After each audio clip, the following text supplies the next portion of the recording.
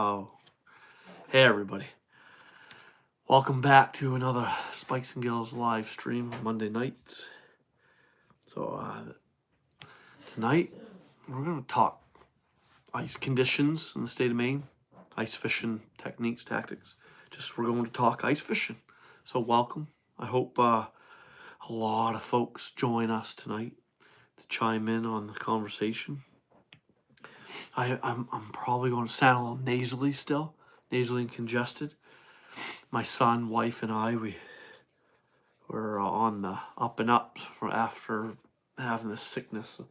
Those of you that are joining me from the state of Maine probably know that this illness is going through the state like wildfire. I'm guessing it's some strain of influenza or something like that, a new strain of that. So it's a flu of some kind. But yeah, I hope you guys don't get it. Or maybe you already had been through it. While I'm waiting for more people to join, I always share these at the end, but I'm going to switch it up a little bit this week. I want to share my 2 books with you. Wild Maine Outdoors, Hunting Tactics, Tricks, and Secrets, and The Sit Spot, Discovering the Forest Near You. The PayPal links to order any one of or both of these books are in the description below all the live streams, below all my Spikes and Gills upload. In the description, pretty much below all the videos, you can find the PayPal links to order The Sit Spot, Discovering the Forest Near You, or Wild Maine Outdoors, Hunting Tactics, Tricks, and Secrets. This book is a great coffee table book. It's loaded, packed with pictures. It's a 5-section book. It's on deer hunting, black bear hunting, coyote hunting, red fox hunting, bobcat hunting. I interviewed state of Maine biologists, interviewed state of Maine hunters that come to the state. So there's stories and tips and tactics from other hunters and biologists that I interviewed. That's all in here. My own personal hunting experiences, 30 plus years of hunting experience, hunting the Maine black bear and the deer in Maine and the coyote, fox, and bobcat and stuff. That's all packed in here in the Wild Maine Outdoors, Hunting Tactics, Tricks, and Secrets. I'm working on a volume 2 of Wild Maine Outdoors. That's going to be just on deer hunting, bear hunting, moose hunting, and turkey hunting. So I'll be working on that soon. And Sit Spot, Discovering the Forest Near You. This is pretty much a great pocket guide. There's chapters in here on tracking and on awareness. And my motivation for writing this book was taking the Advanced Wood Survival course taught by Michael Douglas, who lives in the state of Maine. Michael Douglas taught all of his skills from Tom Brown Jr., the tracker from the Pine Barrens of New Jersey, and Tom Brown Jr. learned all that he knows from the Apache Indian he called Grandpa. And so my motivation for writing this book came from taking courses through them and learning from them. This chapter here about listening to the birds and about the concentric rings caused by the slightest little disturbance in the forest and causing rings. And there's a chapter about what all that means and more in depth and detail about that. Listen to the birds, tracking, you name it. This book is designed to just help an individual become more woods wise, just to pretty much touch on woodsmanship skills, helping an individual want to develop stronger woodsmanship skills, and in turn, ultimately helping an individual become a better hunter.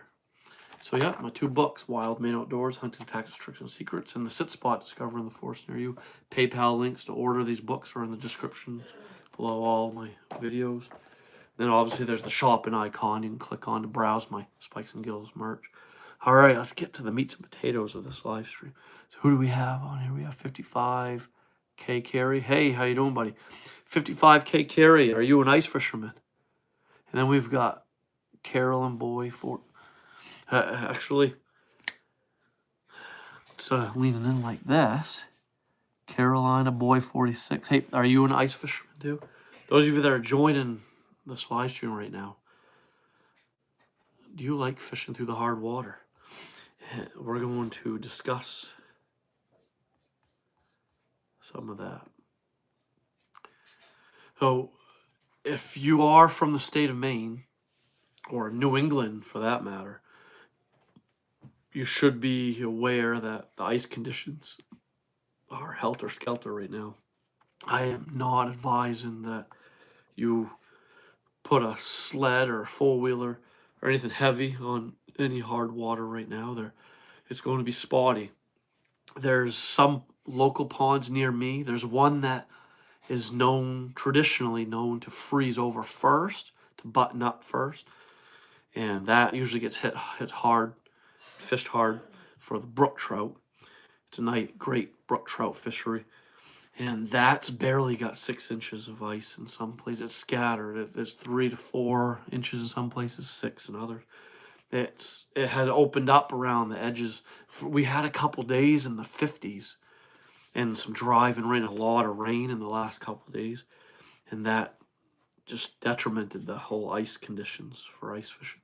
But before we had these couple days of warm weather and this rain, there's some buddies of mine that had made it out onto the ice and done really well. There was one friend of mine that caught his personal best brook trout that was nearly 5 pounds, and he caught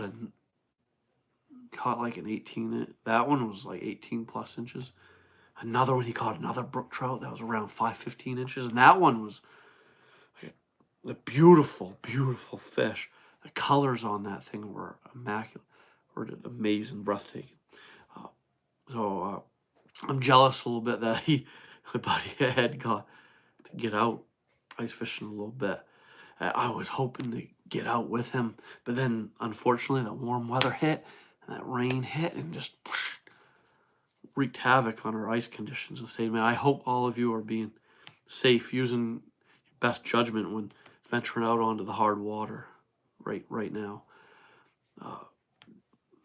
This week we're in the highs of like 18.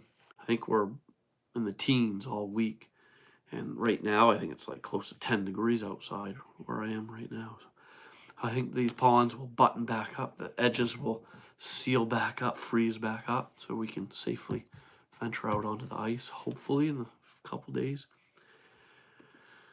All right, so let's Maine. Oh, look, what do you know?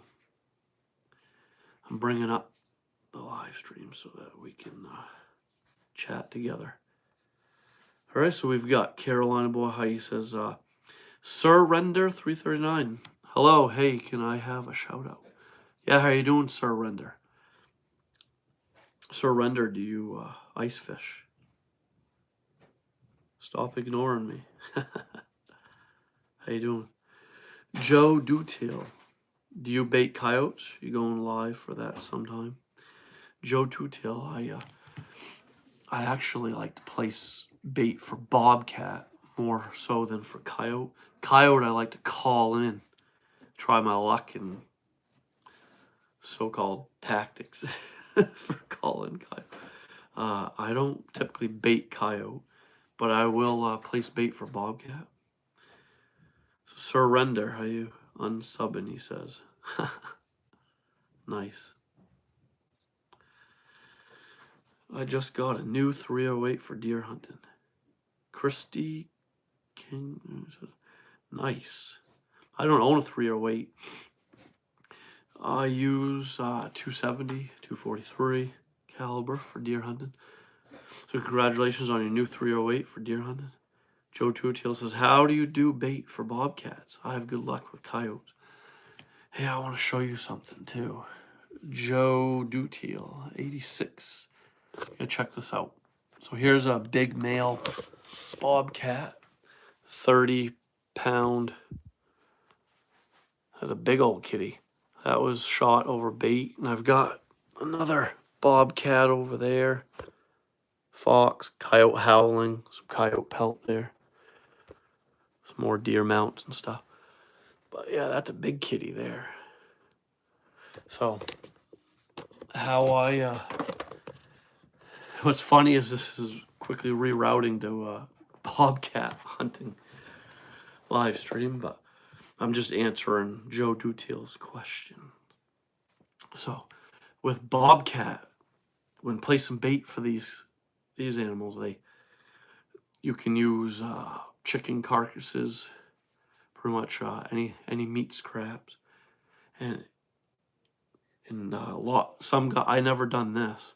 Some guys build a platform up about eye level or so, platform off of a tree, place the bait on that, constantly rebait, refreshing the bait on the platform. So cats can climb, coyotes can't. The trick with placing bait for bobcat and targeting specifically bobcat instead of coyote is eliminating coyote from dragging off all the bait.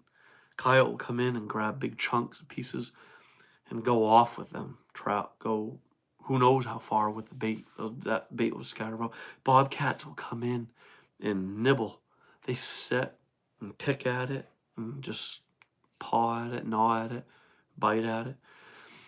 So what I do is I take all my like animal carcasses and meat scraps, and I'll make like a meatsicle with it. I'll put them in buckets, 5-gallon buckets, fill the void with water, fill them up with water, meat and water, let it freeze into a meatsicle, and I go dump.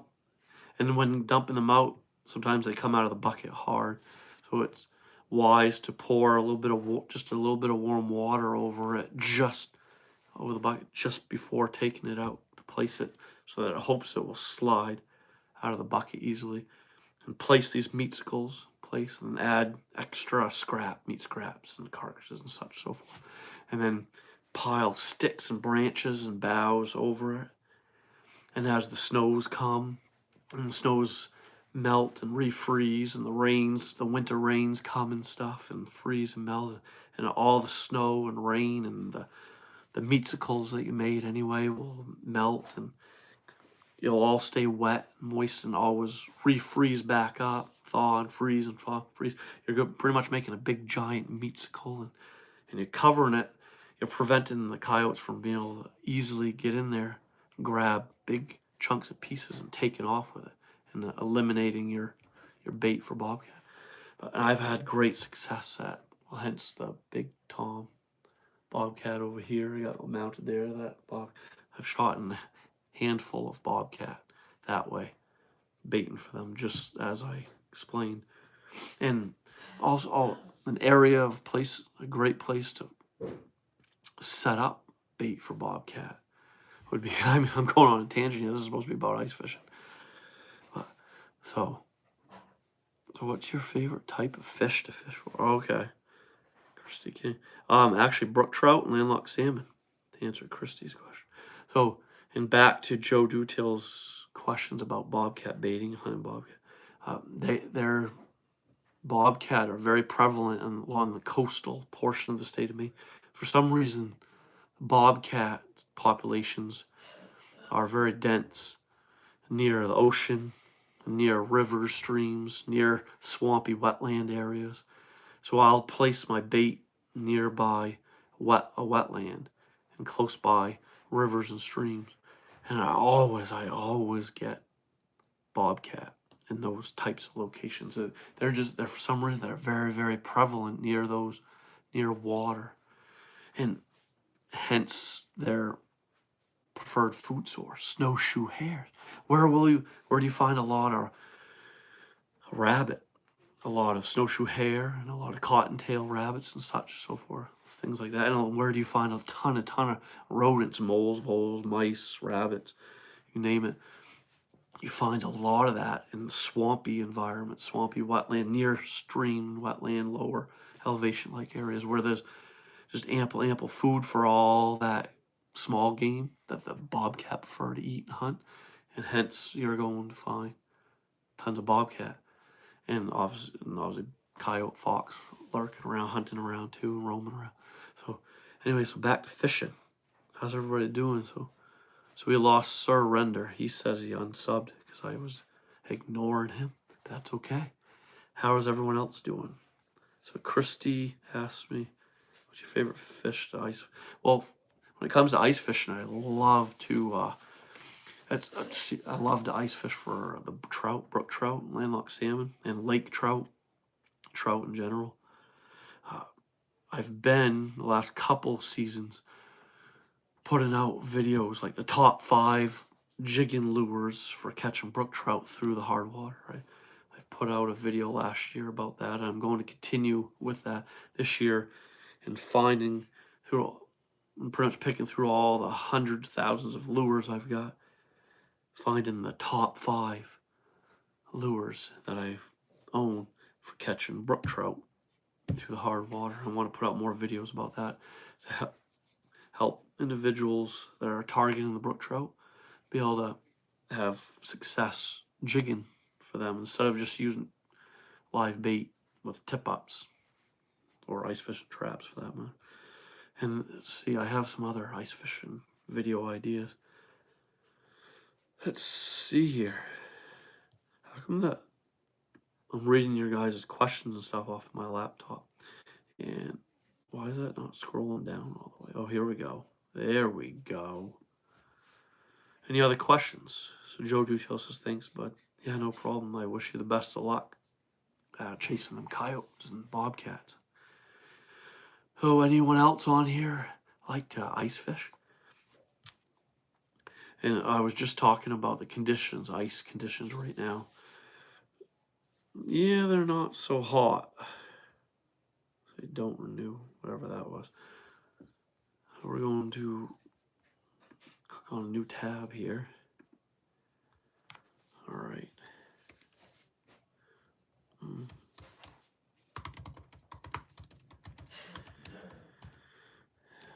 Okay. Now, I'm sure all of you know this is, this is common knowledge that most people that go ice fishing know. Let's see what we have.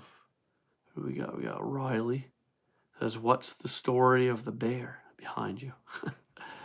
This bear here, the New Brunswick bear, that one there is the very first shoulder mount that I ever attempted.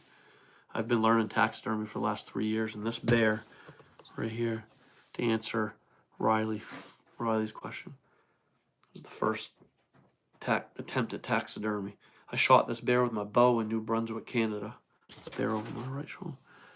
Yeah, oh, and this bear over here, this was my first black bear I ever shot with my bow. And the first bear I got, period. Hence why I had it mounted. This was actually a dry sow, female bear that came in. She had no cubs with her. She was a nuisance bear. In the town that I baited, this bear was spotted in a lot of people's yards, ripping down bird feeders, getting in people's dumpsters, and just spotted in people's yards in general. It had become a nuisance around town. A lot of folks were hoping that that bear got shot. And when I did shoot this bear, all the nuisance bear activity ceased, hence me killing the culprit and got her with my bow. It's a 138-pound dressed female black bear. That's a large female black bear from Maine. And then, let's see. So, all right. So, I've got a buddy, everybody, that always says I only need an inch. Yeah, keep your minds out of the gutter on this one. He always says, I just need an inch. He says, what I'm referring to is getting out on the ice to fish. Yeah, this guy, he's nuts. If this is 1 or 2 inches of ice, he'll skitter on out there and drill a couple holes, put his tip-ups out. But for the most part, everyone knows that, and it's in like the laws and rules or the reg book, fishing rules and regulation stuff, and it's a safety rule that there should be a minimum of 4 inches of solid, pure blue ice, that black like looking ice, like everywhere, all or anywhere we go. And that's just for walking onto the ice. Maybe with you and a jet sled and all your ice fishing gear, and that's it. Maybe drilling your holes for your tip-ups and jigging holes and such, so forth. And most people know that you should have at least six or more, between 6 and 8 inches, solid blue, black ice, all everywhere in the ponds, like before driving your four-wheeler or snowmobile onto it with your ice fishing gear and such, so forth. And there needs to be 10 or more inches for a small car or pickup truck to venture out onto the ice. That general rule of thumb. Now,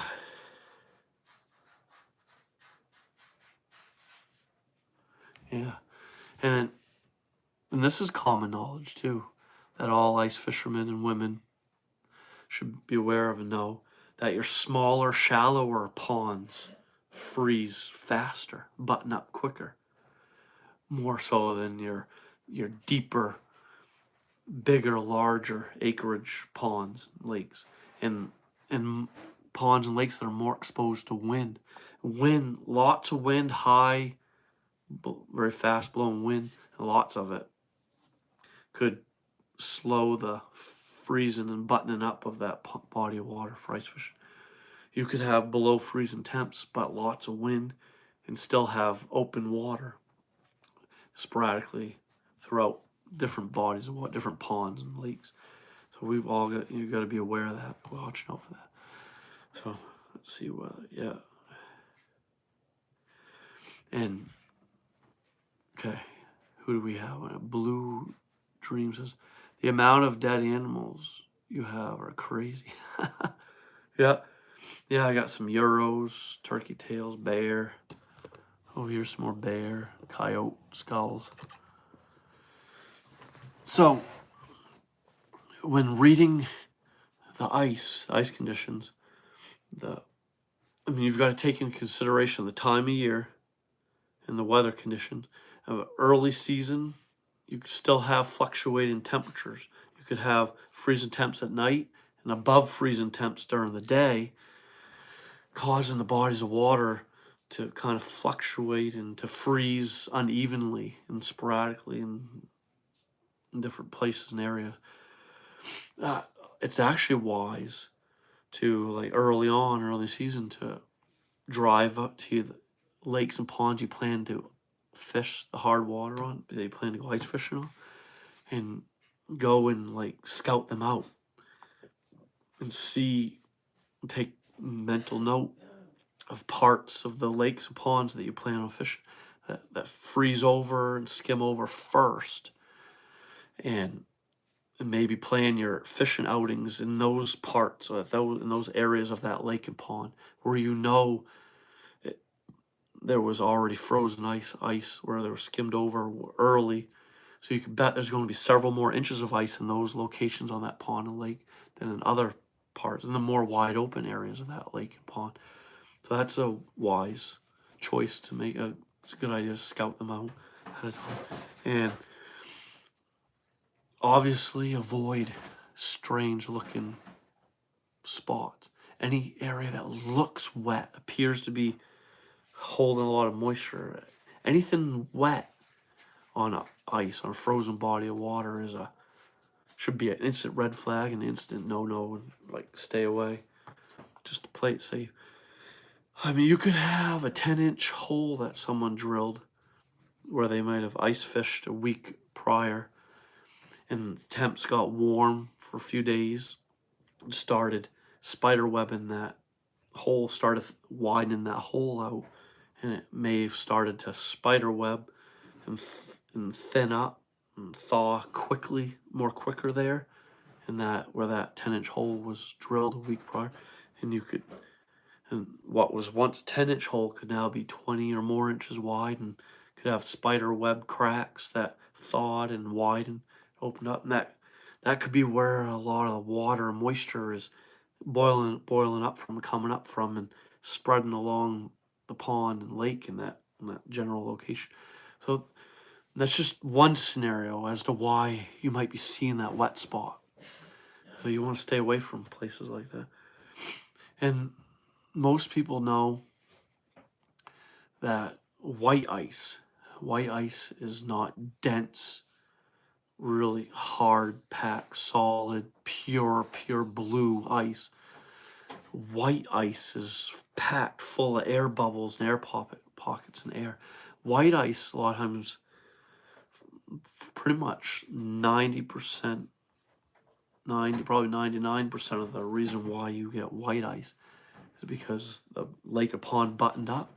We had some snow, and that snow melted and thawed on top of that ice, and then that snow that melted froze up to make that white ice full of air pockets. That's a brittle, fragile ice that's not pure solid ice, and that white ice is the least safest type ice. But you want to hope that there's 6 or more inches of good solid blue ice under that white ice went out there for that. But so if you're looking at a pond and lake and you're just seeing white ice everywhere, you want to tread lightly and carefully. You want to, I'm hopeful that you're wearing your floating suit, your bib pant, floating pants and floating jacket, and you have your ice picks, and you're going out carefully a few feet, drilling a test hole, checking the ice depth, and going another few feet, drill another test hole, check. When all you see is white ice, you don't know what's under it. And that's right now, the state of Maine is full of that. If there are any buttoned up lakes and ponds right now, they all appear whitish and grayish because of they had buttoned up, might have had a couple 2 to 3 inches of ice for a time, and then we got nearly a half a foot or more, almost a foot of snow that stuck for like a week, and then it got warm, got in the 50s, and we got a lot of rain and melted all that snow on top of that ice to form that blanket of white ice on top of the blue-black ice. So you just got to tread lightly, man. Just play it safe. Drill those test holes as you go, and yeah. I mean, what more can I say? Yeah.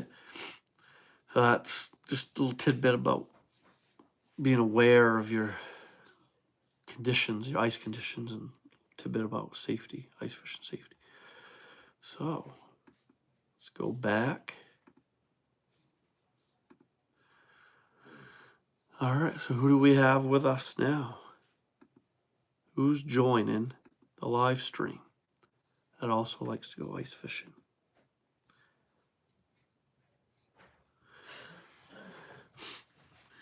So when fishing for the brook trout through the hard water, I learned this the hard way. I used to go, I've been ice fishing for eons, for years, for a lot of years. I don't want to tell you my age, but I remember being out there as a teenager on the hard water, watching all the guys catch lunker brook trout.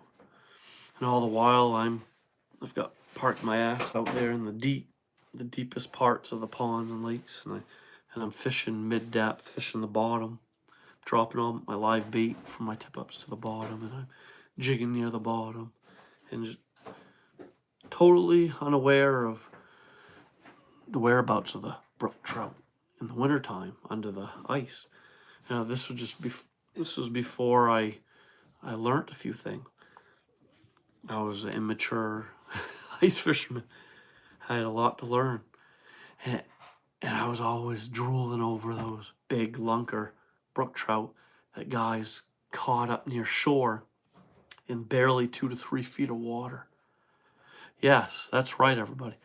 If you want to target really big wintertime brook trout through the ice, you do well to fish your bait, your live bait, whether it be crawlers, trout worms, whether it be shiners, whatever live bait you choose to use. There's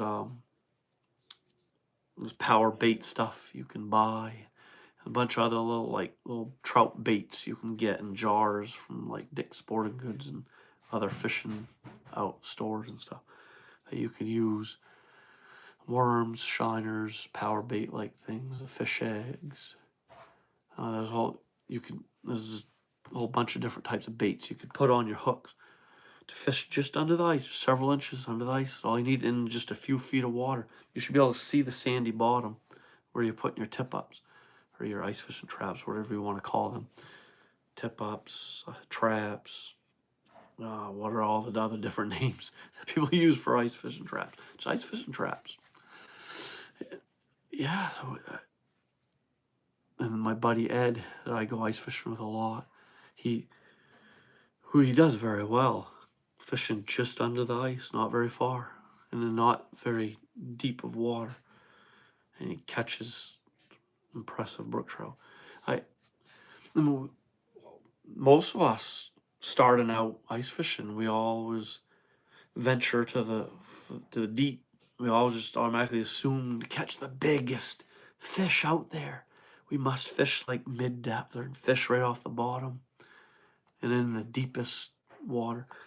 But what happens in the wintertime, in the fall, it starts in the early fall, you have turnover, lake and pond turnover occurring, and then it occurs again in the spring when the temperatures rise and gets a lot warmer. The turnover is obviously your warmer water at the surface starts cooling down, getting colder in the fall leading up to winter, and then your deepest waters start warming, hence the turnover. So your warmer species of fish, bass, pickerel, sunfish, things like that, they're at the bottom. Your yellow perch, black crappie, white perch, they're in the deep holes, and where it's warmer water. The coldest water obviously is at the surface, hence the frozen ice. Ice is almost constantly 32 degrees, the point of freezing. And below that ice, you have water that's in the 30s and 40s. The coldest, and as you go several inches deeper under the water column below the ice, you'll get a few degrees warmer as you go, the deeper you go in these ponds and lakes in the wintertime. So your cold water species of fish are naturally and this is common sense, they're going to be near the surface, closer to the surface. They're going to be hunting for their prey and looking for food in the coldest of water. So in 2 to 3, 4, 6 feet of water, that's going to be really cold. Up near the shores of lakes and ponds, just under the ice, that water just under the ice is going to remain very cold, hence why you have your brook trout, your lake trout, brook trout, your landlocked salmon. They corral up and drive their bait into the shallows. Your trout, they're pushing them shiners and whatever bait fish or whatever they're hunting and eating, they're corralling that up and driving that into the shallows, and they're predominantly hunting and feeding in those types of areas of the ponds and lakes. Hence why you'll do very well fishing for a brook trout in the shallows in the wintertime. And obviously there's more dissolved oxygen, for those more sensitive species of fish. Your landlocked salmon, brook trout, things like that, rainbow, brown. Your trout, they require a lot more dissolved oxygen in the water. They can suffocate much quicker, easier than your warmer species of fish, warmer water species of fish. So yeah, and that's something to think of, take into consideration. Hence why when targeting the brook trout, when ice fishing, you're going to find the majority of them in the shallower water areas.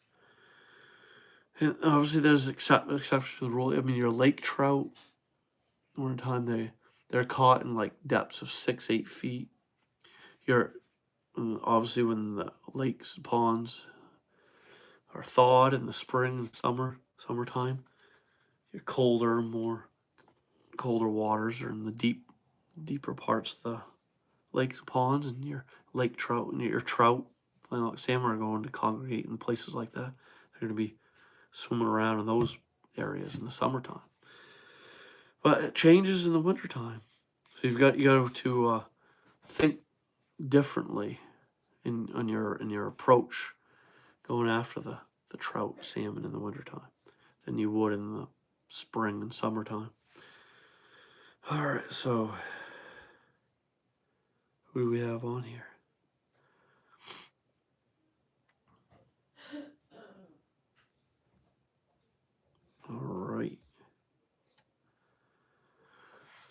else join me live tonight? I like to ice fish. So those of you that are on here live, do you go ice fishing? If not, commonly, not normally, have you ever been ice fishing? And what are some of your best experiences ice fishing? Have you ever had any close calls on the hard water? Have you ever fallen through the ice? I've got a horror story about that, but I won't share right now. That involves my son. Yeah,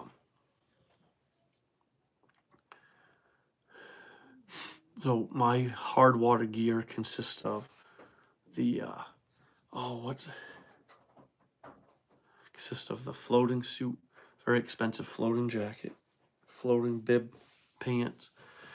This floating suit that I use ice fishing will float a 300-pound plus man for it's like 20 or 30 minutes or something before sinking. So it gives anyone enough time to try to get out of there. If you break through, fall through the ice, these floating suits, they're designed to keep you from sinking all the way under. It keeps you buoyant and keeps you high in the water column. And if you have the ice picks, you can use them to jab into the ice. And you always want to keep a low profile and just stay laying down flat. And what you do is you jab those picks in the ice and you kick your legs and pull simultaneously. And you stay flat. Keep your body weight evenly distributed across ice, and you just keep pulling yourself, inching yourself up onto the solid ice and out of the hole and to safety. So yeah, it's wise, very wise to invest in. It's actually it could be a life-saving investment to drop the several hundreds of dollars on a floating ice fishing suit. And on the flip side of that, it doesn't even matter that it floats you. It keeps you very, very, very warm. These ice fishing floating outfits, and they cut the wind. The sharpest, strongest, heaviest of winds.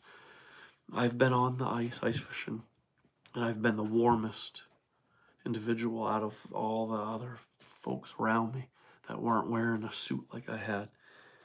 It cut the wind. I'd keep my back to the wind, and it was like ice fishing in a sleeping bag. I was toasty warm. And these suits, they have hand warming pockets that you could put hand warmers in. So I had those, and so my hands never froze.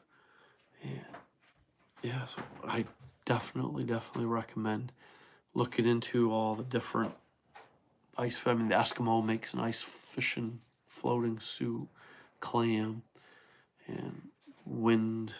So let's see, what are the other? A whole bunch of different brands of them out there. Yeah. Let's see. So does anyone that's on here live right now, does anyone use electronics ice fishing by chance?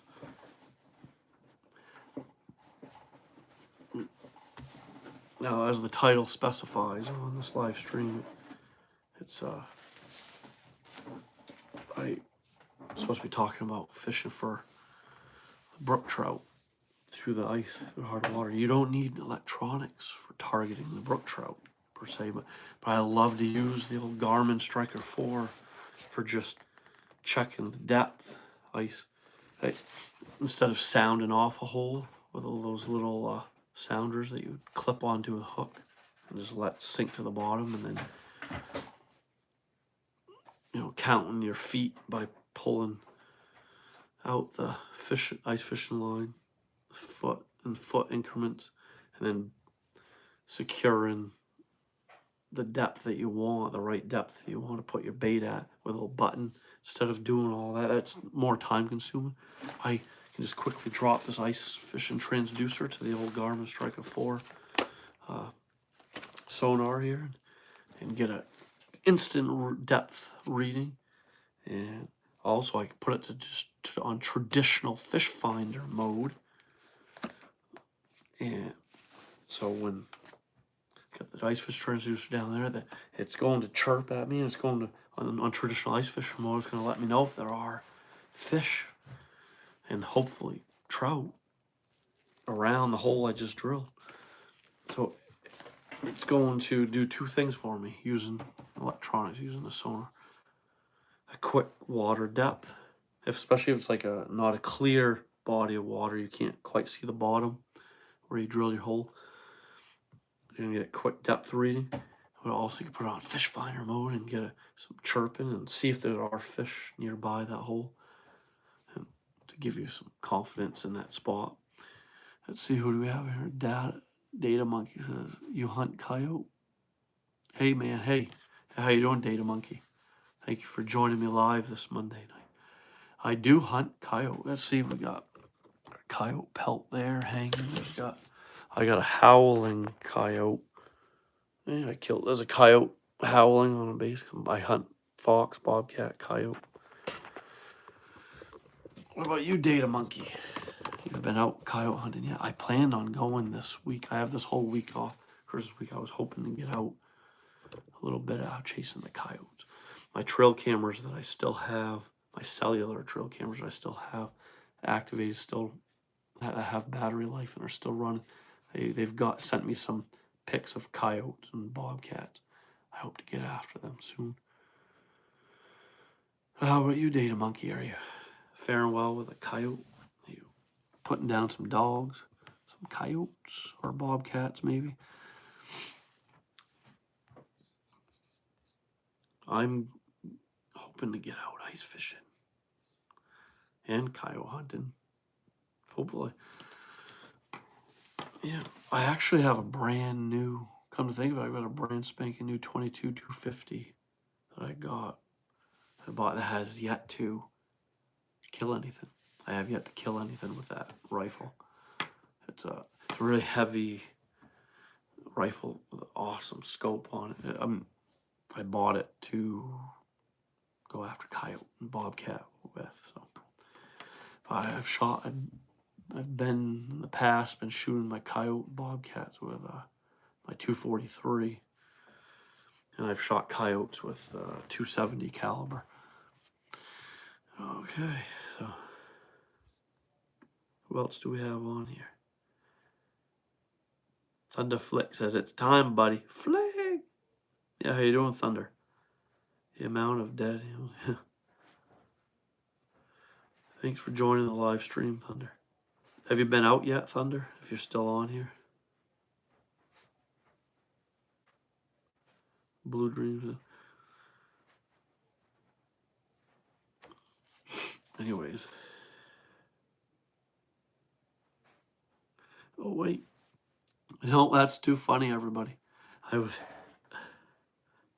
didn't put brook trout and salmon in the title. It's Maine ice fishing update and ice conditions. Talking ice fishing with Justin. Well, I guess I didn't need to go on a tangent about brook trout and salmon, but oh well. So some lures that let's see here. Some top of the line ice fishing lures that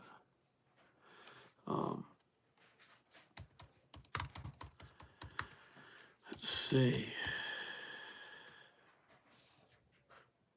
that we all should have. Oh, let's see. Has anyone heard of the Forage Minnow by Northland Tackle, or has anyone ever heard of Northland Tackle? Northland Tackle makes this ice fishing lure, jigging lure called the Forage Minnow. I've had great success with that. I've caught brook trout on it. I've caught black crappie with it. I've caught perch with it. It's called the Forage Minnow by Northland Tackle. You guys check that one out. and obviously the Swedish pimple. Every fisherman has heard of the Swedish pimples. There's all sorts of different types, varieties, and sizes, and types, and shapes, and color variations of the Swedish pimple. But that's a dynamite go-to brand of lure that could be great for brook trout, landlocked salmon, other trout species, and for catching lake trout.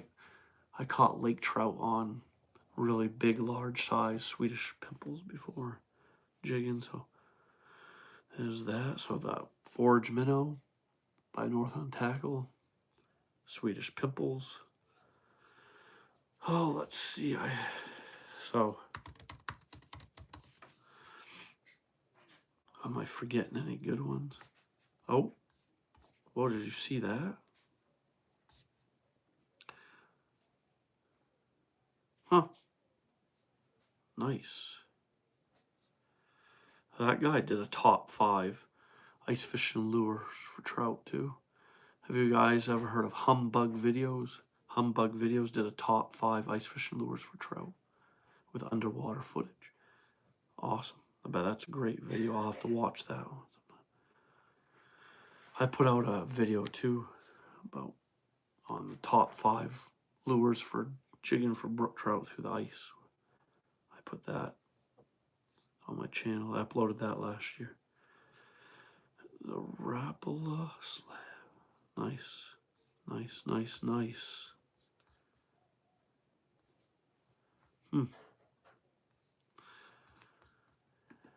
Oh, let's see, let's go here. So,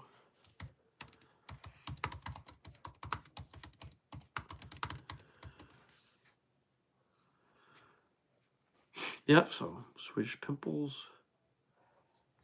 Let's see what else we got.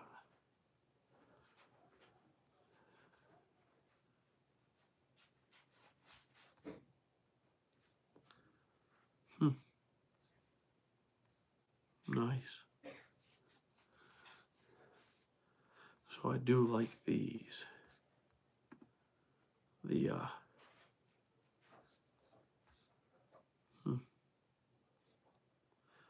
oh, let's see.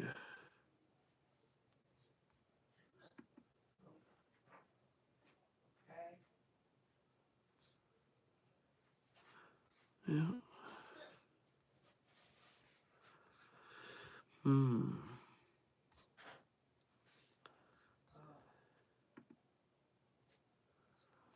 Nice. All right. So who's on here? You okay? Yeah, I've killed 3 deer this year. So who do we got? We got sea hunting. Yeah. Yeah, I got 2 does and a buck. How about you? Kill any deer this year? Let's see what we're doing.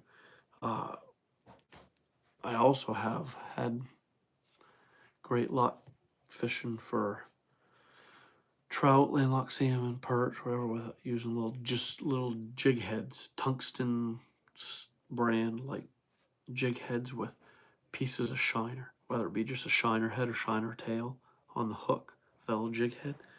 And that's a great little jig setup for fishing through the hard water. You can catch many varieties, species of fish jigging through the hard water that way, using tungsten brand little jig heads of different color variations with pieces of shiner on.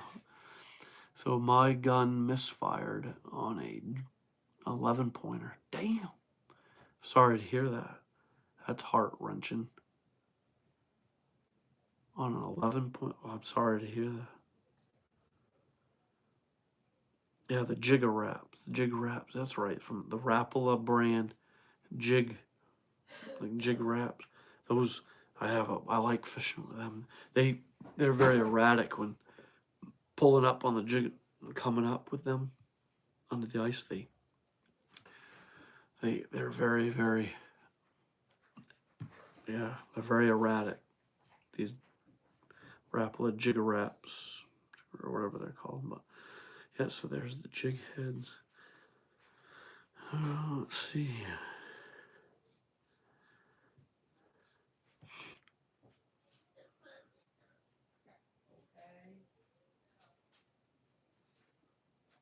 So what are some of your favorite lures for ice fishing? There, I mean, my go-tos are the Rapala Jigger Wraps, the Switch Pimples, the Forge Minnow by Northland Tackle. Northland Tackle has a couple other lures that I use. There's these origami blade-like lures that I picked up from Walmart that I've caught trout on, ice fishing with it.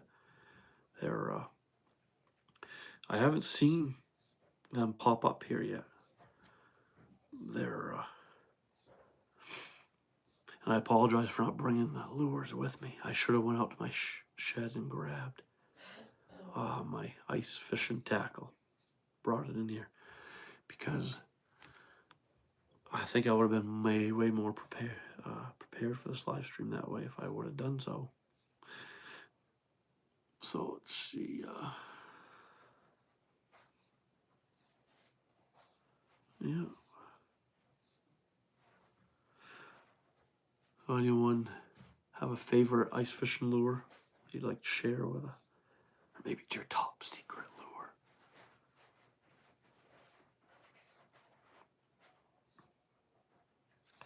Yeah, let's see if I can find that lure that I got from Walmart. Search it. The see, ice fishing lures from Walmart. The Oregon. Let's see that we've got the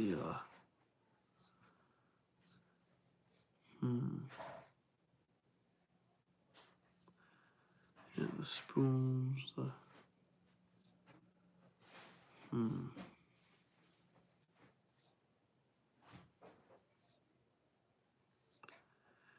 let's see here, we got anybody put down their favorite lures yet?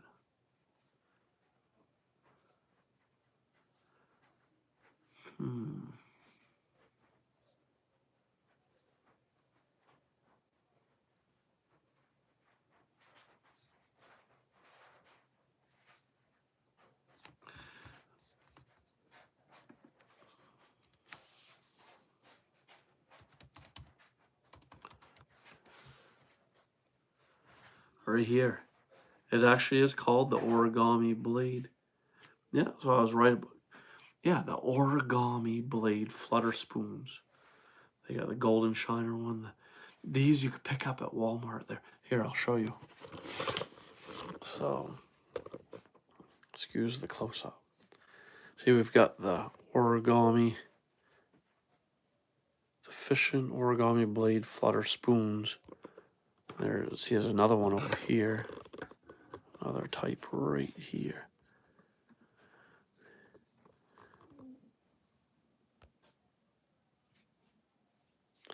I used a black and silver one, but I've got several of these type of spoons, these origami blade style spoons. I think I've got that exact one. Yeah, let's see what else. Let's see. Oh, here's another color variation of it. But I've had great success at catching brook trout with these origami blade spoons through the ice. Yeah, great little lure. You can pick up at Walmart. All right, go get you some. So that's actually the longest pause that I ever had on a live stream. People just dropped off like flies because I wasn't chatting away. I'm usually a chatterbox and just go off on a tangent and we'll talk and ignore people that are chatting. But tonight I actually was pretty mute. But we don't have a lot of people on here tonight, so I'll probably end this live stream soon. But yeah, so some of my top lures that, so any of you that are just chiming in here, did you guys see that G Hunting F3D said that their gun misfire on 11-point buck this year. Give a shout out to them. I feel bad for that. That's horrible that happened. That's a heart-wrenching experience to have a big caliber buck like that out there, have a gun misfire, or just something go wrong in general. All of those of us that have been deer hunting long enough have had some heartbreaking moments out there in the deer woods. Oh yeah, look at all the different color variations of these origami blade spoons you can buy at Walmart. Yeah, so those of you that are just joining me live now, so hi. Kason Kramer says, yeah, hi, how you doing, buddy? Kason Kramer, do you ice fish? And if you do, what are some of your favorite go-to jigging lures for fishing through the hard water in the wintertime? And where do you reside, Kason Kramer? Do you have favorable ice fishing conditions right now where you live? Or is it spotty? And I apologize for the hoarseness and crackling of my voice. I just got over probably some flu. My whole family is just getting over like influenza or some flu. So yes, I do. I really like grubs. Oh, Indiana. So you ice fishing in Indiana, you like using grubs. So do you fish a lot for like the black crappie and bluegills and perch and things like that and bass in Indiana? What's your go-to fish species in Indiana for ice fishing? Have you ever, I was just talking to people about the origami blade spoons. This is a lure that Walmart carries. I picked up several color variations of these origami spoons for ice fishing last year, and I had a lot of success with them catching brook trout through the ice fishing. And I want to get some more of these. I was talking about the top 5 lures that I use for catching trout through the ice fishing. So Casey Kramer says, yeah, bluegill and bass. Yeah, I love jigging for right now. Also, Casey Kramer, do you use electronics? This is the, you probably know what this is without me even telling you. The Garmin Striker 4 sonar. It's got the traditional flasher mode. It has traditional fish finder and also the flasher setting for like jigging for ice fishing. And this is the ice fishing bundle. It has the ice fishing transducer. It's got the 24-degree beam style ice fish transducer. Yeah, I want to get the beefed up version of the Garmin Striker 4, or the next level up to that model, because the next one up has the live scope or live view. I want to try one of them, but I really want to purchase a Vexilar flasher for ice fishing. Let's see. So he answered by nope. We just go out there and sit on a chair and jig a pole. There's nothing wrong with that at all. A lot of the guys I go ice fishing with here in Maine don't own any electronics. They fish just a lot like you. They just wing it and go for a good time, for the camaraderie, to hang for good buddies, good friends. And they do they do phenomenal. You don't need all them fancy gizmos and gadgets likewise for hunting. When hunting, you don't need the fanciest, smanchiest, most expensive gadgets, gizmos for that as well. As likewise with fishing, you don't need all that for fishing. So that's awesome. I have to say, I've never been to Indiana, never hunted or fished in Indiana before. How was your deer season this year, Kason Kramer? I forget while you answer that, I'm gonna make sure I didn't forget anybody. Did you see that, Kason Kramer, that G Hunting had their gun misfire at 11-point buck? Oh, I didn't have, if G Hunting's still on here, If you are, where are you from? Where'd you miss that 11-point buck? What state did that occur in? Yeah. Thank you for joining the live stream, Casey. I want to back up here a little bit. So for my go-to jigging lures for trout through the ice, the Northland tackle forage minnow, but it doesn't. Oh, different various color patterns and sizes of Swedish pimples. The Jigga Wrap by from Rapala, in these origami blade spoons, and then there's the those others. What are they called? The Strike Master, Cast Master jigs. And those are like, most fishermen, seasoned fishermen, have heard of the Cast Master brand of lures, fishing lures, jigs and spoons and stuff. So those are just to name a few lures that I've used with great success for trout through the ice. Let's see. Oh no, so you didn't kill anything sadly in Indiana? No. Huh. Cool. But are you an avid deer hunter though? Do you and your family members and closest friends go deer hunting every year in Indiana? I'd love to get out your way. That would be a sweet, sweet state to go explore and check out for hunting or fishing. Oh, I bet Indiana's got some turkey hunting. Correct me if I'm wrong. Do you chase the longbeards in Indiana? This is just one tail. This is just a random corner display that I put together for my live streams, because all my live streams up to this one were all about like deer hunting, bear hunting, deer hunting, moose hunting, and stuff, so forth, so on. Now I'm transitioning into ice fishing content on my channel. Hence the time of year that it is. It's time to gear up for ice fishing for the hard waters. So let's see. He says, yes, we do turkey hunt. Yes, we just started going to our uncle's property this year. Nice. Hunting an uncle's property. I hope it's a good one. I wish all of you lots of success out there. Jason says, 49ers playing Monday night. My attention is divided. Nice. Welcome, Jason Gibson. Hey, thanks for joining us anyway, even though you got the 49ers playing. So my buddy Jason Gibson just joined us, everybody. So Jason, if you are listening anyway, what is it, like halftime right now for the game, Jason?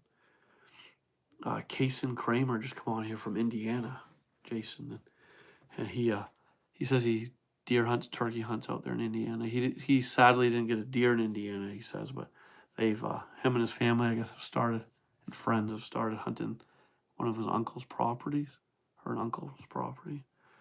And what's cool is he says he ice fishes the hard water in Indiana for bass and bluegill. So that's awesome. So it says, so almost halftime, huh, Jason? Nice. Oh, Jason, if you can hear me, buddy, what have you noticed any what the ice conditions are out in your neck of the woods? You're about 30-40 minutes from me. I was wondering about a couple trout ponds that I'm hoping to hit soon, within the week. Awesome having hunting out there, yeah. So Jason gave you a shout out, Kason Kramer, if you're still on there. Jason says happy hunting and happy fishing to you out in your neck of the woods. So yeah, Jason, what are the ice conditions out here? Have you noticed?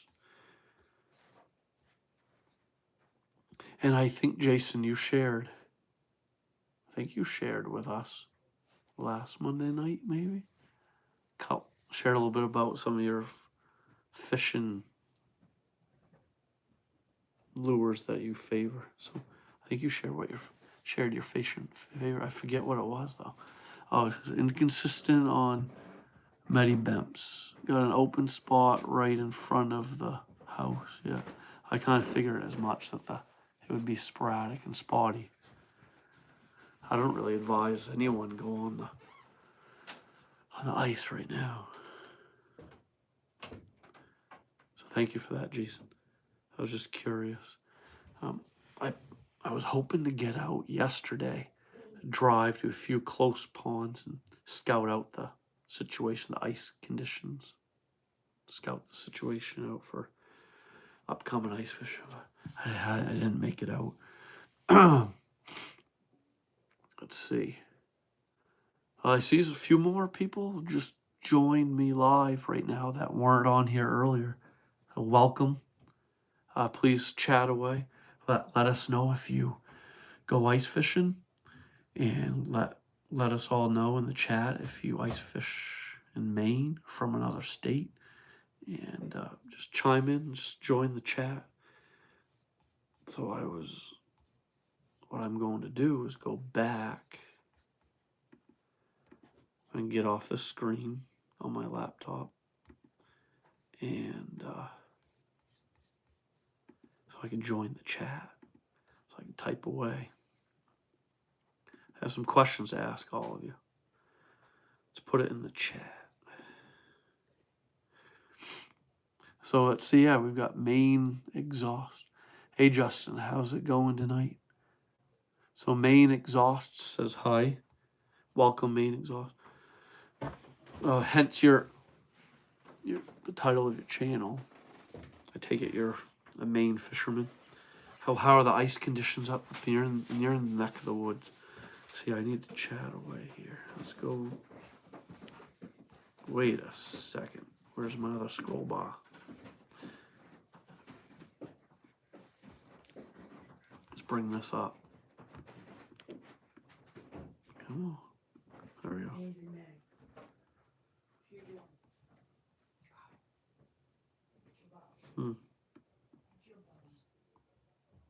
Oh, what the heck? There we go.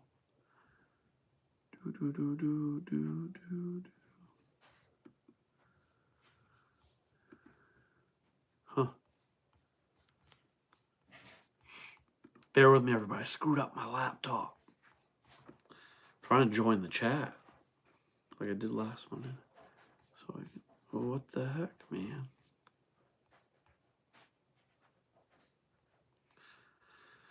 Anyways, so if you're just joining, where do you reside? Where are you doing your ice fishing? Everybody. And what's your go-to jigging lure for fishing the hard water, and why? Why do you choose that lure? So yeah. I haven't really got into ice fishing yet. Hoping to soon. I live on the coast. So Maine Exhausts lives on the coast and hasn't really got into ice fishing yet. It's never too late to try new things. I advise you stay clear of the ice right for a few more weeks. Just watch the weather carefully. We need to have many nights of below freezing temps, probably below 20 degrees, close to 0, to really button up all them ponds and lakes. And if you are new to ice fishing, anyone that's new to fishing or hunting, they usually start out reading the laws and rules and safety suggestions from the Department of Inland Fish and Wildlife, from wherever they are live.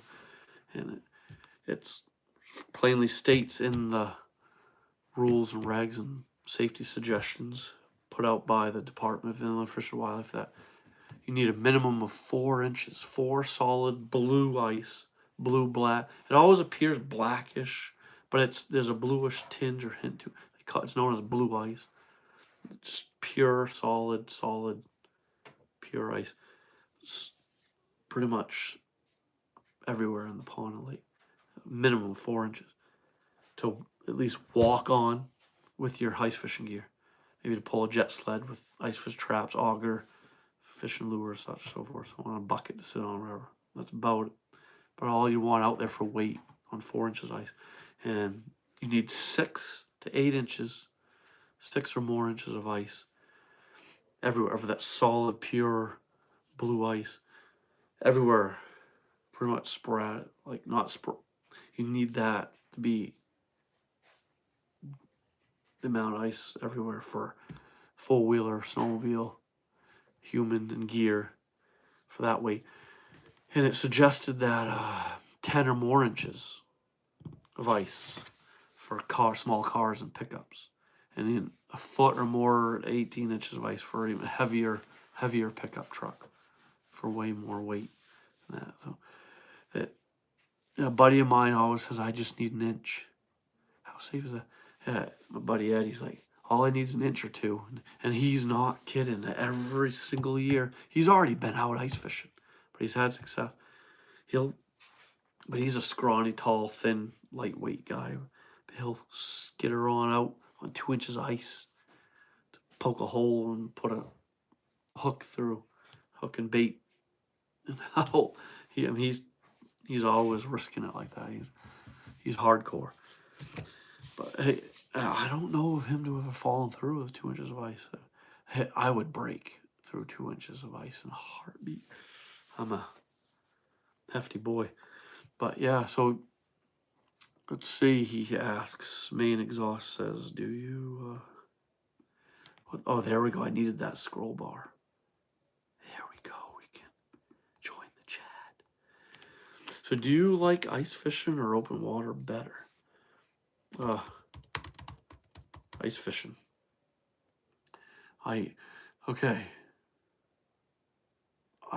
Every year, it's every single summer, I join an annual fly fishing camping outing trip with my 4 or 5 other friends.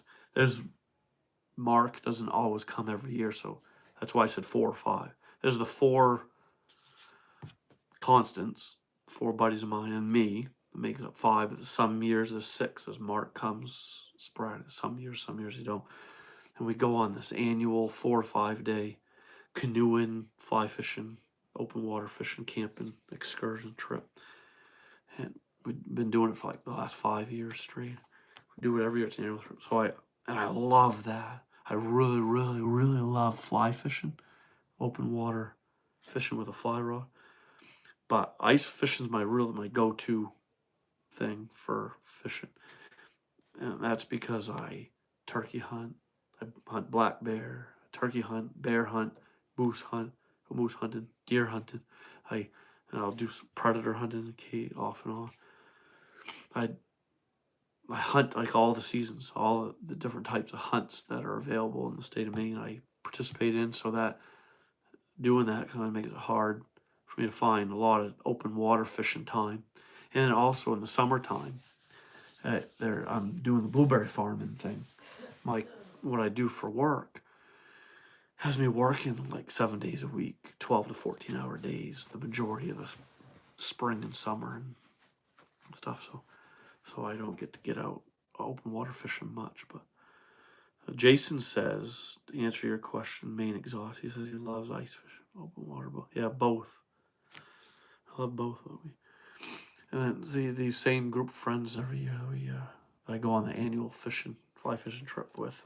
We do an annual deer hunting trip too together. We didn't this year. That's because we went on a moose hunt, a very successful moose hunt. One of them friends drew a moose permit, so that was that was a week-long stay, week-long trip and hunt, and lots of money spent on that trip. So we opted out on the deer trip together. But then there's another moose hunt next year too, actually. So we might be scratching the deer hunting outing together because of the other moose hunt we're going on next year as well.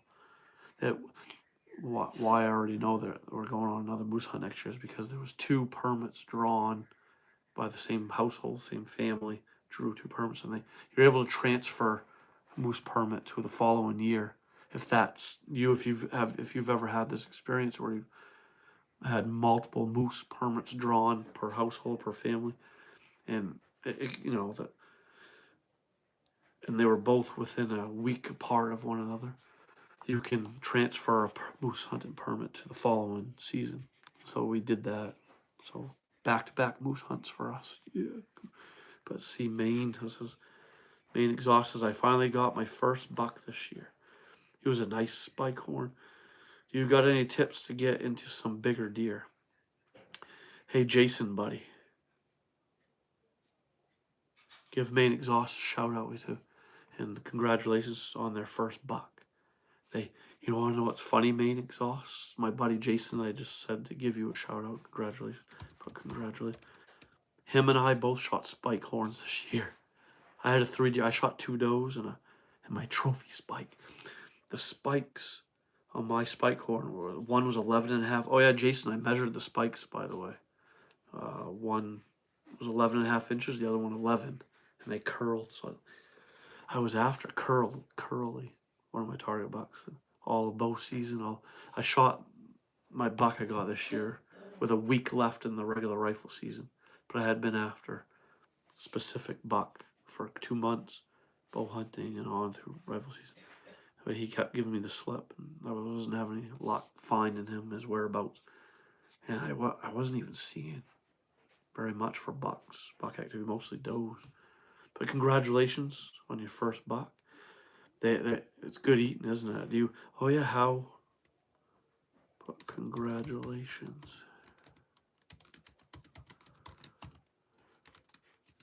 Yeah.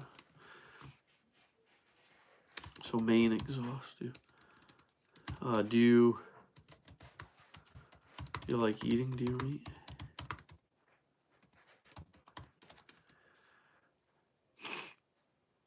Yeah.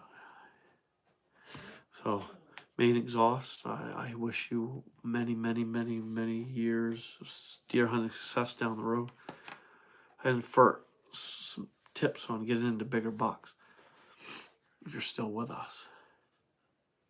Jason and I both, so Jason Gibson, Maine Exhaust asked, do you got any tips to get into some bigger deer?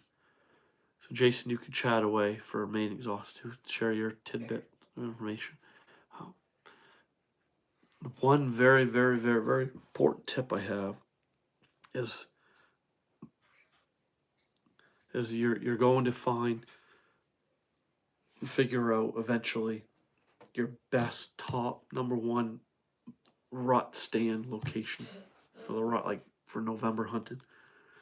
And for the most part, for all intents and purposes, that best stand location is going to be really close by high deer concentration, deer density area in your hunting area. And it's going to be closest to bedding and closest to funnels and pinch points, bottlenecks, whatever, like travel corridor, travel routes that big mature bucks might venture out into and follow coming out of bedding. Like maybe and also the third, if you're in hunting in hilly country, hilly kind of mountainous like country, lots of ridges. The third way up the ridges, pretty much the third way up on hills are for some reason are always a favored location for bucks, for traveling, cruising bucks during the rut. And so and you want to know, I mean, you've got to take in consideration that too much human activity, too much human disturbance is going to blow your best spots, best locations. You almost want to reserve those best #1 spots for the best opportune time during the like last week of October, the first 2 weeks of November, that 3-week window right there. Well, not necessarily the last full week of October, the last 3 to 4 days of October, and on through the first 2 weeks of November. You want to take out time off work around those weeks, in that time frame. If you bow hunt, then great, and get after them last week of October with your bow, and kind of reserve those best spots, best locations for those weeks. And you gotta be like a follower of the weather and the wind. You've got, I mean, there's a lot to take consideration here for targeting big mature bucks. And right now, actually, I suggest Maine Exhausts Jason could back me up on this, that you want to hit the dirt, hit the ground running right now. You should be out in you shouldn't even be on this live stream right now. You should be out, well, it could be, it's probably nighttime. It is. Who cares? I mean, tomorrow you should go to your hunting area and scour them woods. Figure out every single trail coming out of the wetlands and swamps. Figure out every trail, travel corridor, travel route on the ridges and up and over, on the saddles, benches, and up and around ditches, drainage, draws. Figure it all out, piece all the puzzles together now. Find those rubs from the shear. Find if you have bare ground. I think we do right now in the majority of the state of Maine. You could find this year's scrapes that were laid down. Go out there right now, and you're gonna thank me for this, for suggesting you do this. And jot it all down. Bring a notepad and pen with you and write it down, or take lots of pictures with your phone, video and picture of what you find when you go out there right now and scour in your hunting area. You could do very well right now. You could do well in finding those really keynote, dynamite, awesome stand locations right now, and figure them out for the rut next year, for November next year, and hang maybe go out and even hang a stand now if you want to, or I suggest like 4 months. I suggest like come April, in Mayish, come May time, hang stands then, man. Go out there and put the stands up good and early, several months away in advance. Trim your shooting lanes and clean them out, and then maybe put a cellular. I suggest a cellular trail camera if you want to. That will last 3 or 4 months on batteries, or even put one out with a solar powered cellular camera if you want at this site, this location. But I actually don't really suggest using trail cams. Every hunter quickly learns that trail cameras can become, we all fall victim of this. We become too reliant on trail cameras. We've got to stop hunting trail cameras and just hunt. So I don't even suggest using trail cameras, or even boogering up this good spot location with a trail camera. A mature, older buck might avoid the area because of that trail camera. Believe it or not, the cameras, there's still an odor being emitted by the batteries, the internal parts, components of the trail camera. There could be some kind of odor being emitted. Just the sight of it could booger up, spook a mature, older buck. And they're not going to forget that odd, strange looking thing, and those smells and odors. They're not, a big older buck isn't going to forget that stuff. So you want to hang your stand, trim your shooting lanes. I don't really suggest the trail cam thing, and then stay right the heck out of there until crunch time, until those 2 week window, the first 2 weeks of November, and when the weather is right, the wind is right, when everything just is right. And another thing too is your best chances at shooting a big mature buck are always the first time you in there.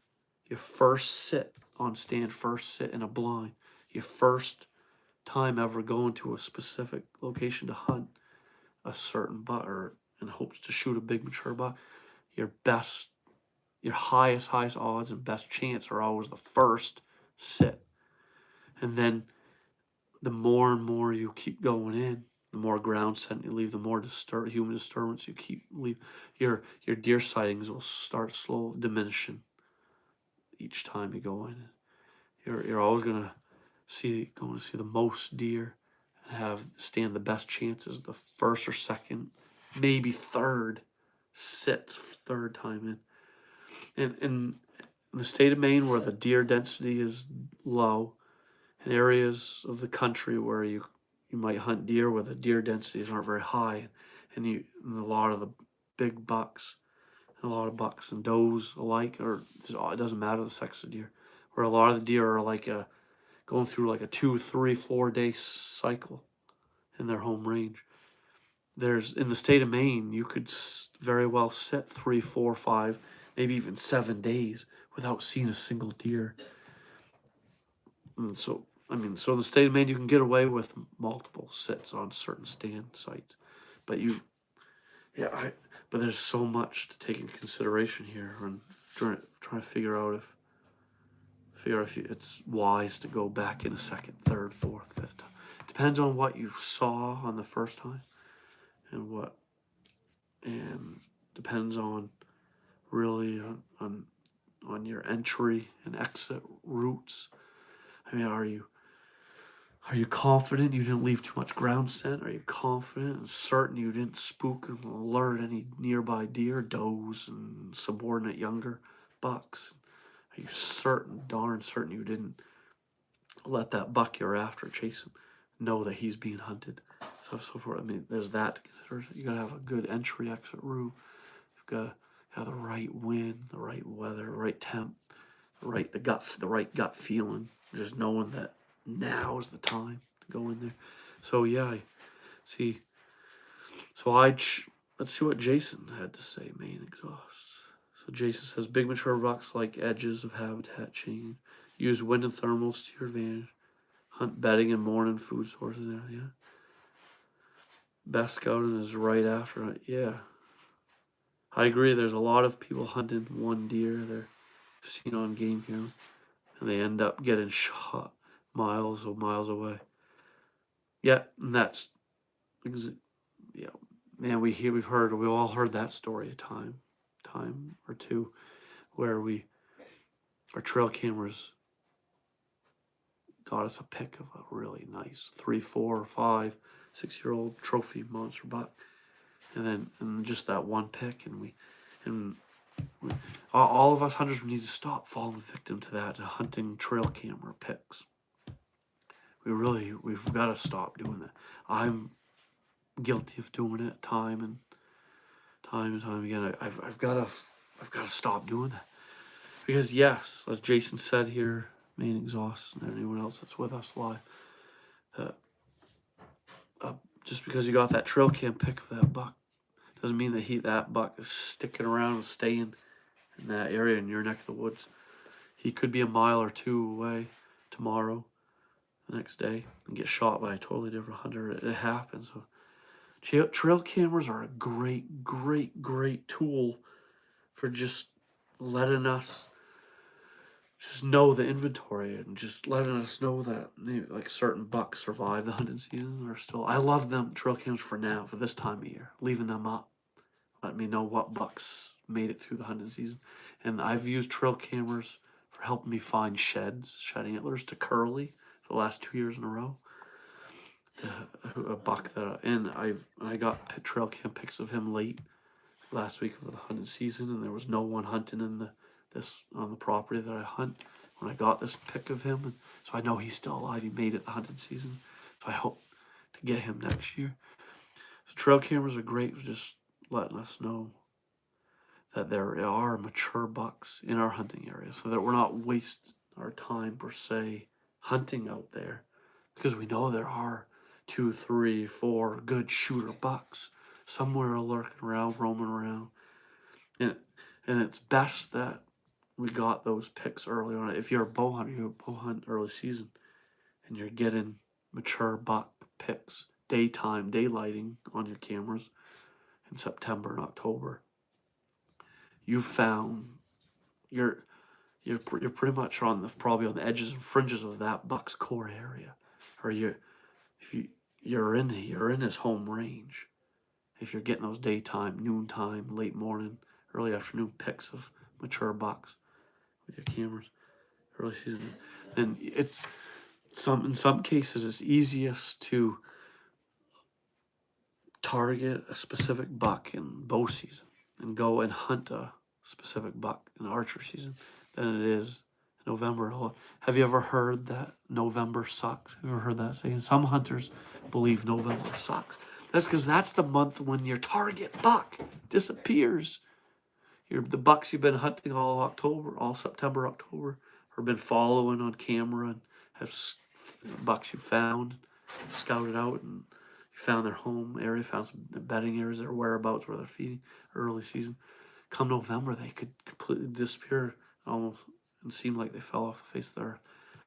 So November sucks, but October though, if the hardcore hunters, some of the best well-known, most successful deer hunters out there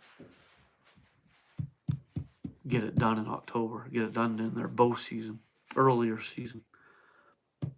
So for that reason, but okay, so Jay says if you put up a cam, leave, don't check it all the time. Hide your cams in trees with trunks wider than cameras, and hang them minimum 6 feet off the ground, yeah, and at an angle. Yeah, it's very wise. That's great advice, Jason, on cameras. I love the Moultrie Edge cellular trail cameras. They come, there's like the Moultrie Edge cellular 2 Pro 2 cameras. In their box, they come with the hanger that helps angle the camera. You could put the camera above your head, 6-7 feet high up there, and angle that camera right down, point down at the ground. So those are great suggestions for hanging trail cameras. So what's the biggest buck you've ever shot, Justin? So I've got,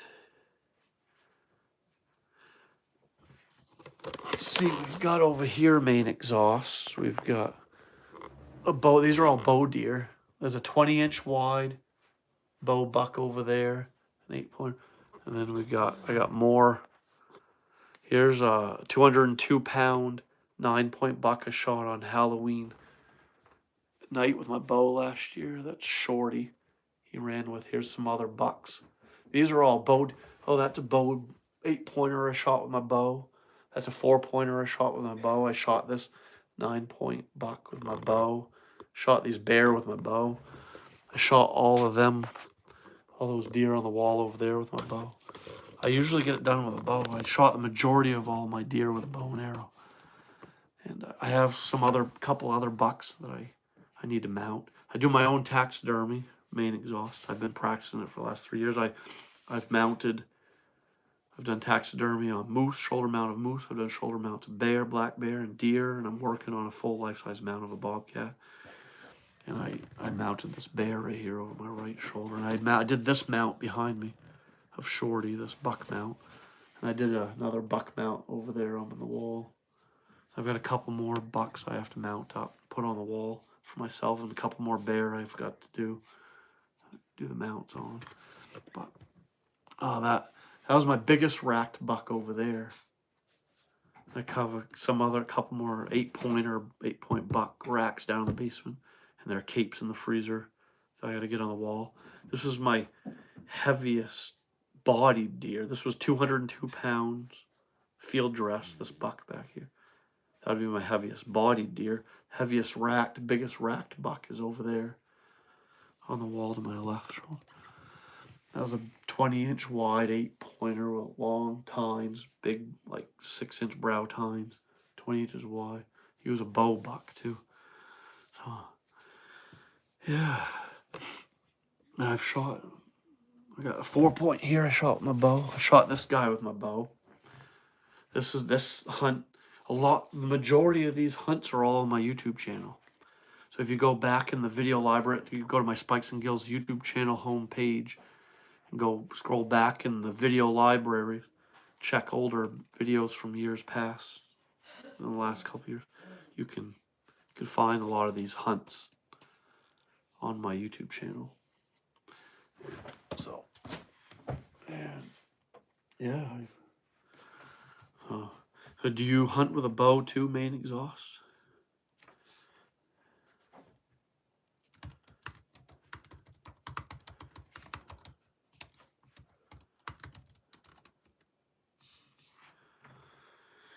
Who else do we have on here live with us? Are any newcomers just joining us live now that haven't been ice fishing yet this year? Or do you have any cool hunting stories you want to share with us? Chat away, everybody.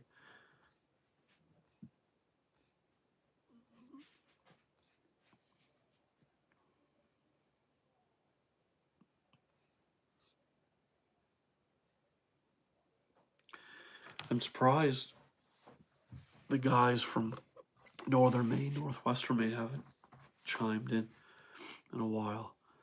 There were some guys that were supposed to come back on my live stream on Monday nights that had gone on some moose hunts, and I haven't heard from them yet. I was wondering how their moose hunting went.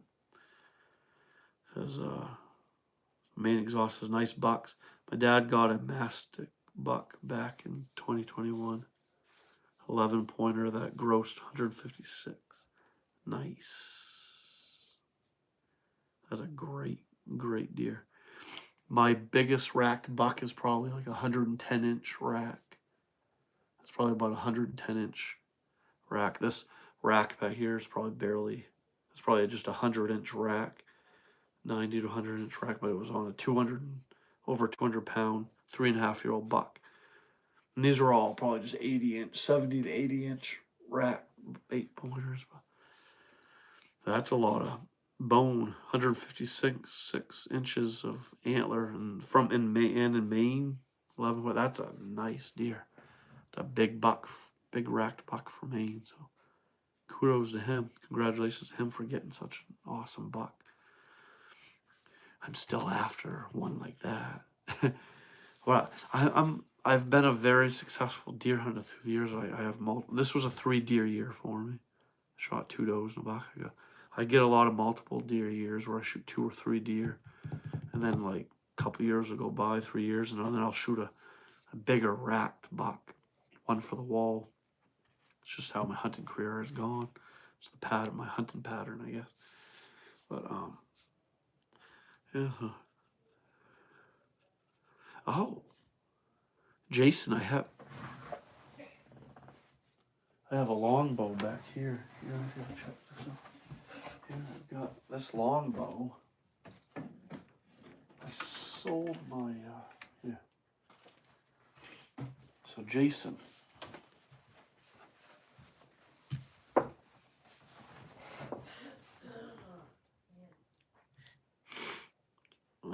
How'd everybody like the butt shot? I need to fart. You didn't hear? I stood up and then like, oh, dinner got to me. I need to pass.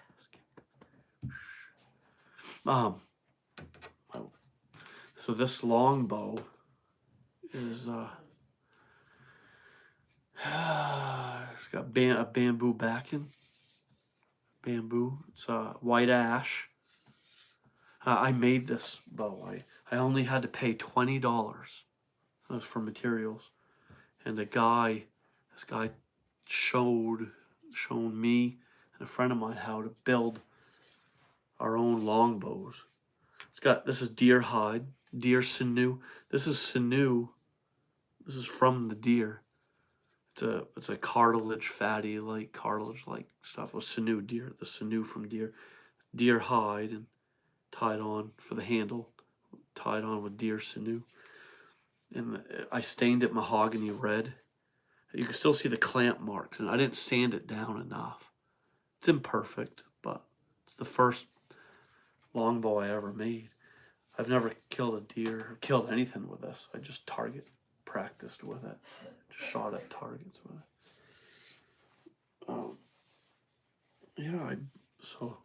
And I did have a recurve bow that I used to go hunting with. I sold the recurve. And I remember saving my allowance money, saving up every dollar I could scrounge up, I'd save for months until I had enough money to go buy that recurve bow. And I did hunt with it, but I never shot anything with it.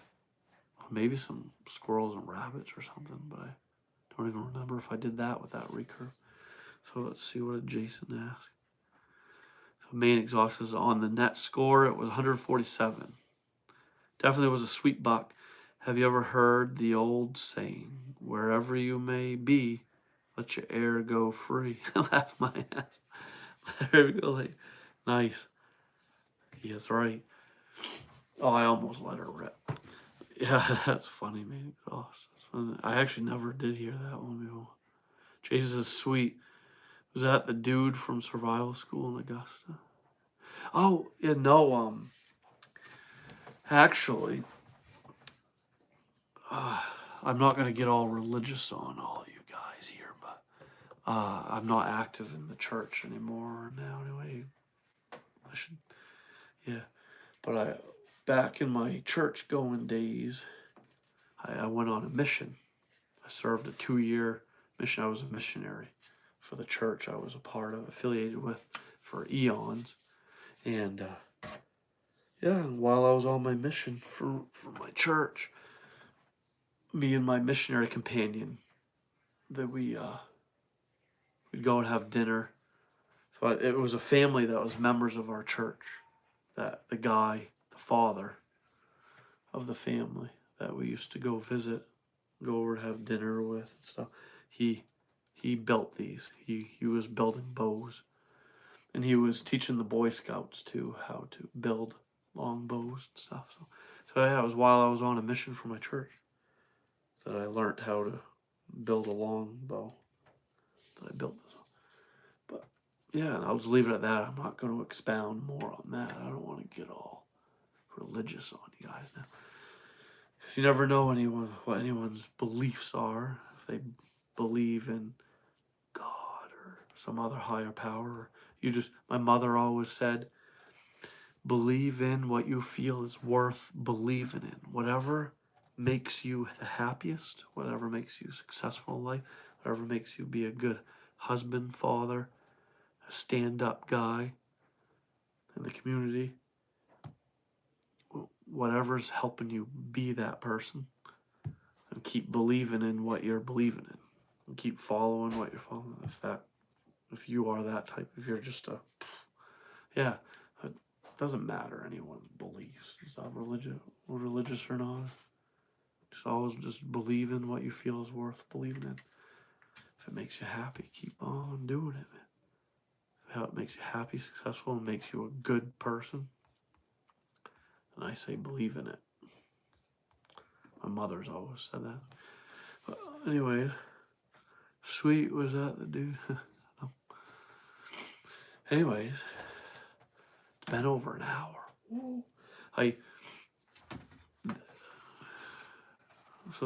On this live stream, I actually went the quietest I had ever been on a live stream. Way back earlier on, it was like quite a few minutes there where I was quiet. I was just scrolling the internet, surfing the World Wide Web, looking for a certain lure, ice fishing lure, that I wanted to share with everybody. I have that lure, and it's an origami spoon-like thing. I have a bunch of them lures. But, so Jason says, okay, cool. Michael Douglas was doing bow making at the Common Ground Fair. I was watching his presentation. I've never hunted with recurve, but train. Oh, you saw Michael Douglas. I took an advanced wood survival course by Michael Douglas. It was like a 10-day course. And then I went on to teach it, actually, as a field teacher for the Maine Conservation School. I met Michael Douglas at the Maine Conservation School in Bryant Pond, Maine. I was a field teacher for the Maine Conservation School for 5 years. And Michael Douglas, he learnt everything he knows from Tom Brown Jr., the tracker. I have Tom Brown Jr.'s books. I should read them all again. I have Tom Brown Jr.'s survival guide book thing over there. That's awesome, Jason. It's cool that you know who Michael Douglas is. Met him or saw him. Awesome. Yeah, Michael Douglas, he has his own school, or like advanced wood survival school thing. You can take a lot of different courses with him, learn a lot of cool things with him. A cool thing, Jason, Michael Douglas asked to borrow my a razor to shave up cream. He didn't need no shaving cream or nothing. He's a man. I actually shave now without shaving cream too, sometimes. Yeah, but I'm not as manly as Michael Douglas. Michael Douglas, he's always on call, him and Tom Brown Jr. stuff, to go on tracking jobs to find missing persons or missing animals or zoo animals that escape, so forth, or to find criminals they'll get calls, like random calls to go do that, to track criminals or track missing persons and stuff. And he had to get cleaned up, and he had to get to the airport and get on a plane and fly out to wherever he got called to for tracking services at the time. So yeah, he borrowed my shaver and stuff, and I was just a field teacher at that time. But I had already gone through his course, and he had come back to the Maine Conservation School for like a couple of years after teaching the Advanced Wood Survival course. And then other, like me and some other field teachers that went through his course carried on that course at the Maine Conservation School. I was a field teacher assistant to others and stuff and so forth, and we taught the Advanced Wood Survival course for a couple of years, and then new field teachers come along. And obviously I don't work there anymore. I don't even know if the Maine Conservation School in Bryant Pond, Maine still exists. Don't know if they're open for business or open. They might be just a 4-H type camp now. See, the Maine Conservation School leased land over in Princeton. Jason, you might know of this. What place is that in Princeton? It's something Point.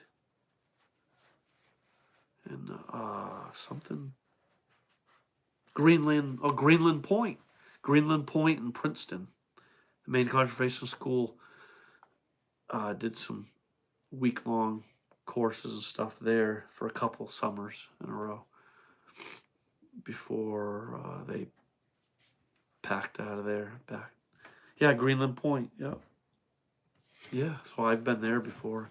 I worked there as a field teacher for the Maine Conservation School their last summer that they held their conservation school in there. So they did courses and conservation courses and just schooling and different things. Greenland Point for a couple summer there, and also they were running there, and then also still running their facility in Bryant Pond, Maine as well. So they had field teachers out there and there at Greenland Point. Yeah, cool. Neato. I didn't know that you knew who Michael Douglas was, Jason. That's awesome. Jason, do you have some of the Tom Brown Jr. survival books, like The Way of the Scout and what's some other? The Way of the Scout's one of his best books. But yeah, do you have any Tom Brown Jr. or Michael Douglas books or guides or anything? Yeah.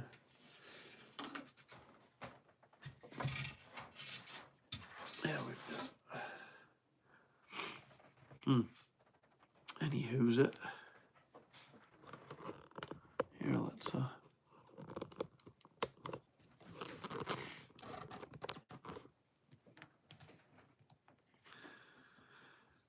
it's probably wise to end this live stream. It's almost 10:30. So, yeah, there aren't too many people on here right now. Next Monday night, hopefully my voice is better. I apologize for the hoarseness and crackling of my voice. I'm still getting over this sickness. Oh, look, some more people chimed in. Right. Okay. Hey, everybody. If you're just joining this live stream, I was just mentioning how I go live every Monday night. And if you're just joining, oh, nope, they took off. Okay, good. I'm going to save my breath. So, if you're still with us, Maine Exhaust, man, great to meet you. I hope to see you back here next Monday night. I go live every Monday nights at 8:30 p.m., 8:30 to 10, or 8:30 to 9:30, whatever. Yeah, I'm going to plan something good for next Monday night. I'm going to do a show and tell. I'm going to have a whole bunch of ice fishing gear with me, surrounding me. Yeah, we're going to get into it heavily. hopefully I've been out at least once on the hard water before next Monday night. I'm hoping at least get out once after the old brook trout. So, yeah, happy hunting and tight lines to you too, Jason. And I hope, yes, sir, I'm still here. I'll try to be there Monday. Sweet. Yep, just do your best. I'm hoping next Monday night a bunch of other guys that have joined me live in the last several Mondays chime in. I'm still waiting on a few guys to come back to share their moose hunting stories with everybody. I'm wanting to know the success or what their moose hunt was like and so forth, and also wanting to know what their deer season was like, how their deer season fared for them. But anyways, I already talked about my books earlier, the beginning. I usually always share my books at the end of the live streams, but I did that in the beginning tonight, switch that up.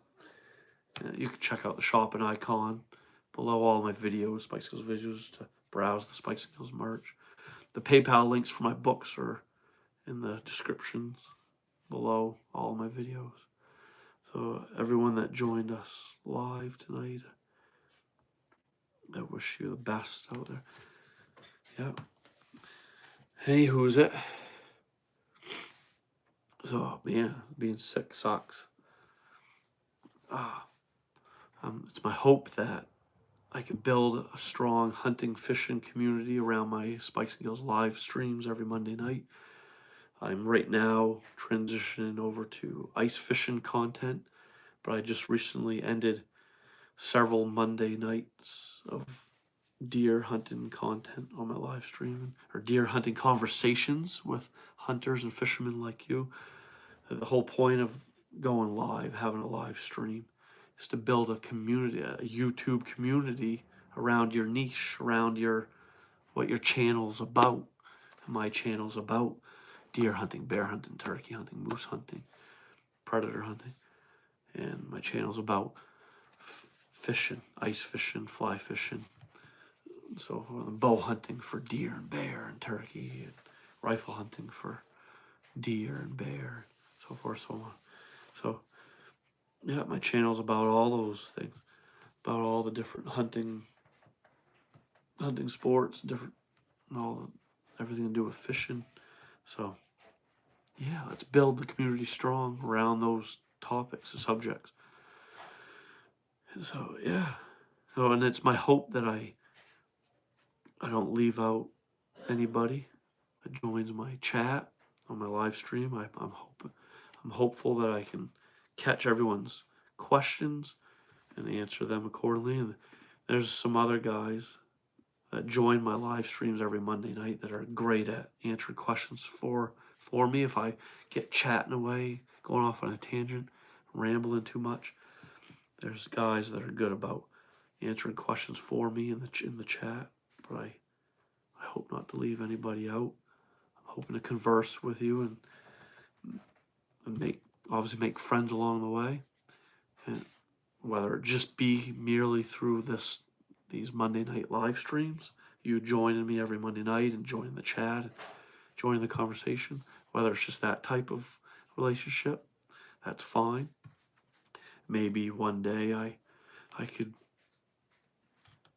I don't know, go on a hunting trip, a fishing trip with you. You never know. You never know what kind of lasting friendships you can make on doing these live streams and such, so forth, so on. Yeah, I love meeting new people, and I love the conversing back and forth with everybody on the chat and on this live stream.